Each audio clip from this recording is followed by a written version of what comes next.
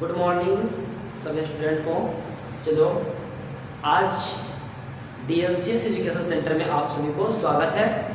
आज हम लेकर आए हैं आपके लिए जिस तरह से दीपावली, दुर्गा पूजा, दीपावली ये आपके घर में त्यौहार खुशियाँ लाती है, उसी तरह से हम भी आज आपके लिए ढेर सारा खुशियाँ लाए हैं DLCS एजुकेशन सेंटर में। इसमें हम लोग आपके लिए, आप लोग जानते होंगे कि 2023 में आपको बोर्ड एग्जाम देना है, तो उसमें बहुत सारे जो बच्चा को लग रहा होगा कि क्लास अब्सेंट कर गए, इस चैप्टर का क्वेश्चन मेरा छूट गया, वो चैप्टर का क्वेश्चन छूट गया, क्या पढ़े ना पढ़े, एकदम मुतावला जैसा होगा, दिमाग लास्ट में काम नहीं करता होगा, तुम लोग वो सब घबराने की जरूरत नहीं है। तुम एकदम फ्रेश रहो।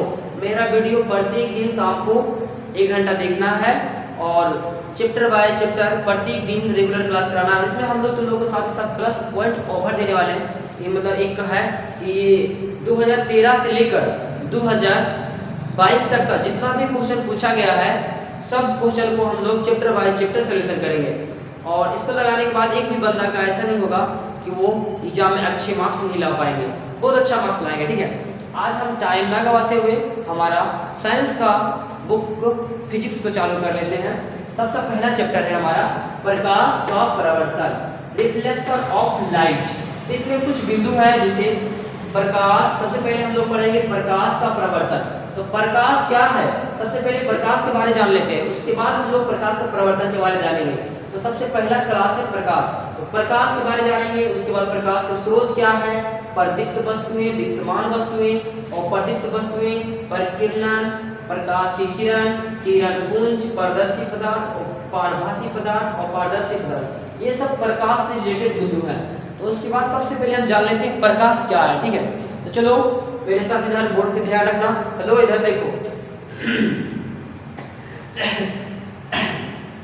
गला में थोड़ा खराश आ गया, दुर्गा पूजा मिठाई थोड़ा ज्यादा खा ली। ठीक है, देखो इधर तुम लोग खाया कि नहीं, मिला घुमा हुआ अच्छा से, चलो ठीक है। देखो, प्रकाश वह कारक है जिसकी सहायता से हम अपनी आंख के द्वारा किसी वस्तु को देख सकते हैं।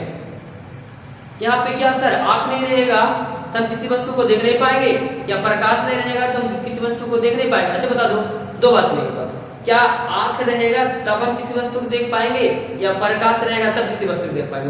बताओ। दोनों जरूरी है, आंख भी जरूरी है, प्रकाश भी जरूरी है। नहीं तो एक अंधेरा कमरा में जाना और मतलब लाइट बंद कर दो खिड़की दरवाजा का, और उसके जैसे कमरा में जाओ लाइट बंद कर दो, और ये तो अभी हम पढ़ा रहे हैं लाइट चले जाए तो क्या होगा, कुछ नहीं दिखेगा, बोर्ड ग्लूम अंधारा।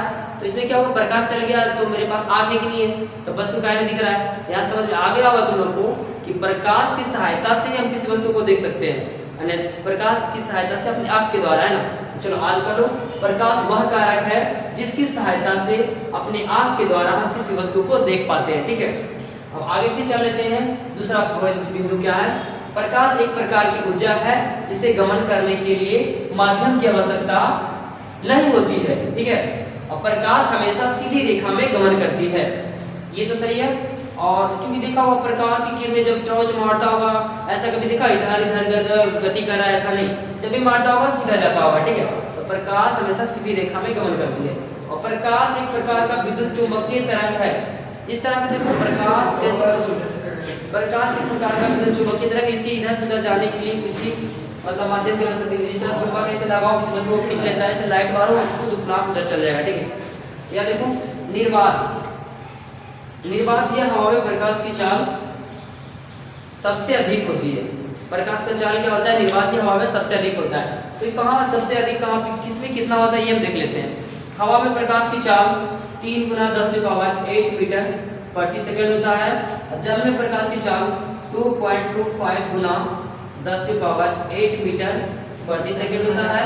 और जल में प्रकाश की चाल 2 × 10⁸ मीटर प्रति सेकंड होता है। यहाँ देखो 3 था, इसमें से 2.25 को बोल सकते हैं, उसके बाद 10⁸ मीटर प्रति सेकंड, और इसके यहाँ हो गया 2 × 10⁸ मीटर प्रति सेकंड। ठीक है, उसके बाद हम अगला बिंदु पे बात करेंगे।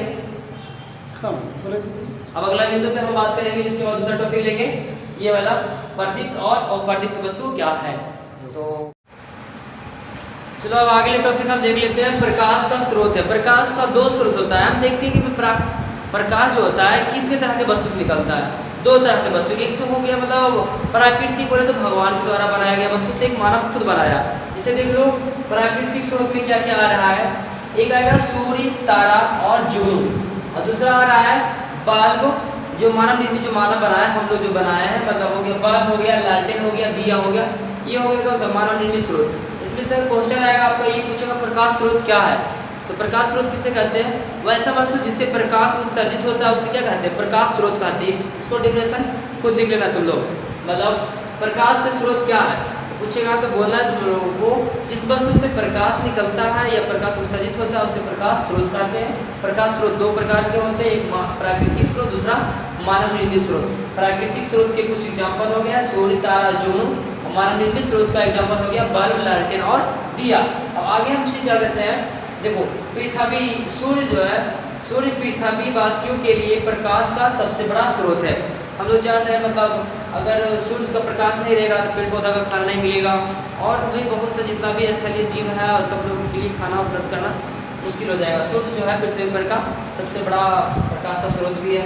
अब उसके बाद देख लो प्रदीप्त या अप्रदीप्त वस्तु क्या है, ये इसका मतलब क्या होगा, तो इससे ऐसा मतलब कुछ वस्तु होगा जिससे मतलब प्रदीप्त वस्तु क्या होता है, जिस वस्तु से प्रकाश निकलता है उसको मतलब प्रदीप्त वस्तु कहते हैं, जिस वस्तु से प्रकाश नहीं निकलता वो प्रदीप्त वस्तु कहते हैं।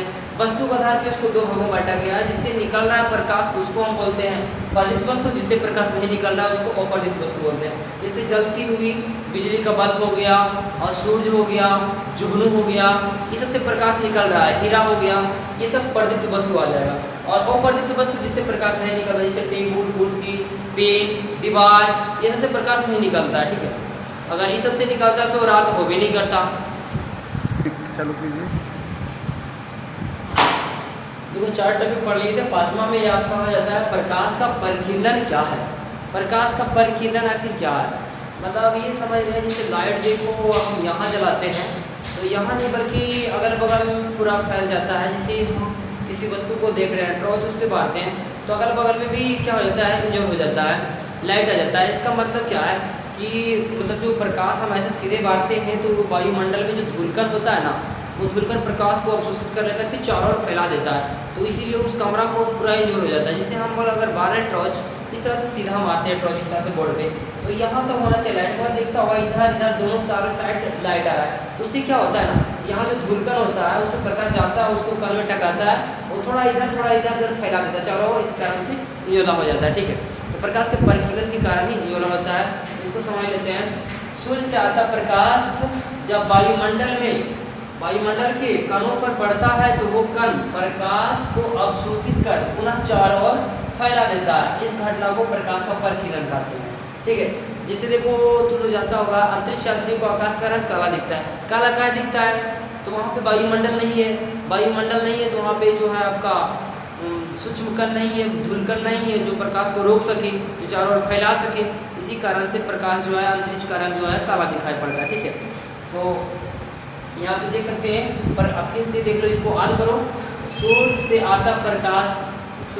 आता प्रकाश जब वायुमंडल के सूक्ष्म कणों पर पड़ता है तो वो कण प्रकाश को अवशोषित कर पुनः चारों ओर फैला देता है। इस घटना को प्रकाश का परिकिरण कहते हैं, ठीक है, आगे हो जाएगा। अब दूसरा हम पढ़ लेते हैं प्रकाश का किरण क्या है।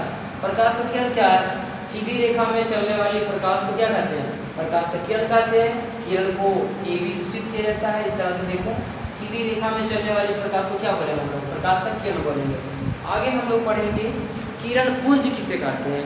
इसमें मजेदार सी बात है, जैसे देखो निवारी के समूह को क्या कहते हैं, पुंज कहते हैं। इसी तरह से किरण के समूह को क्या कहेंगे, किरण पुंज कहेंगे। ये तो आप लोग को याद रहेगा। तो यहाँ पे से देख लो 7वां टॉपिक हमारा रहेगा किरण पुंज क्या है।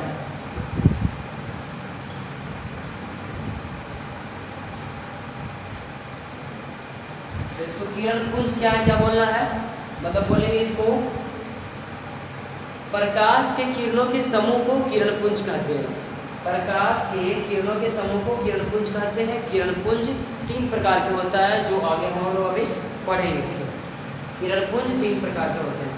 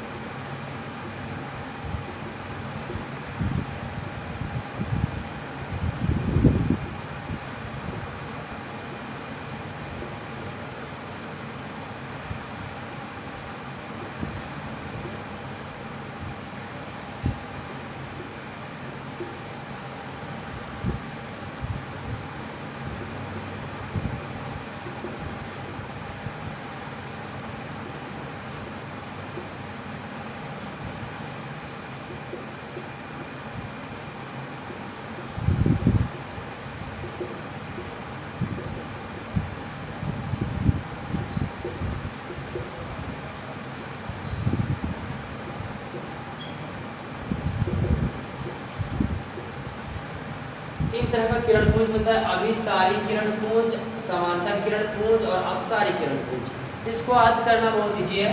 देख लो, अभिसारी किरण पुंज, अभिसारी, अभी अभी अभी अभी अभी आओ, अभी अभी अभी आओ, इधर बोलना है अभी आओ, तो मतलब अभी आओ, अभी आओ, इसको बोलना है अभी आओ, तो अभी आओ, इधर अभी आओ, भी आओ, भी आओ, फिर आओ, फिर आओ, ठीक है। तो इसको बोलेंगे ना इस तरह से, देखो कि एक बिंदु पे आ रहा है तो अभी आओ, अभी आओ, इधर आओ, तो मतलब अभी सारी किरण पुंज हो जाता है। इस तरह से बोलेंगे, जो एक बिंदु पे आ रहा है, अभी इधर आ रहा है, उसको बोलेंगे अभी सारी किरण पुंज। वैसा किरण पुंज जो एक बिंदु पे आकर मिलती है, और इसे क्या कहेंगे, अभिसारी किरण पुंज बोलेंगे। और समांतर किरण पुंज,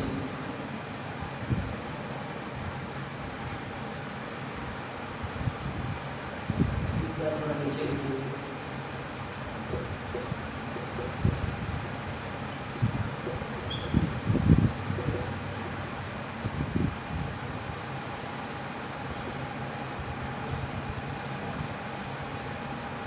वैसा किरण पुंज जो एक दूसरे के समांतर हो तो उसे हम क्या बोलेंगे, समांतर किरण पुंज। ये तो इजी है। वैसा किरण पुंज जो एक दूसरे के समांतर हो तो समांतर किरण पुंज कहलाता है। और तीसरा ये हो गया अपसारी किरण पुंज, अपसारी, तो यहाँ नाम से ही आपको पता चल रहा होगा अपसारी किरण पुंज, ठीक है। तो अपसारी कहने का मतलब हो गया पसारी, ओ हटा दो, क्या हो जाएगा, पसारी, तो जो पसार रहा है एक बिंदु से निकलकर फैलता हुआ चला जाता है, ठीक है। तो इसको हम लोग बोलेंगे वैसा किरण पुंज जो एक बिंदु से निकलकर फैलती हुई चली जाती है, उसको बोलेंगे अपसारी किरण पुंज। तो इसके साथ आज इतना ही, उसके बाद कल मिलेंगे आगे के टॉपिक लेकर के, ठीक है।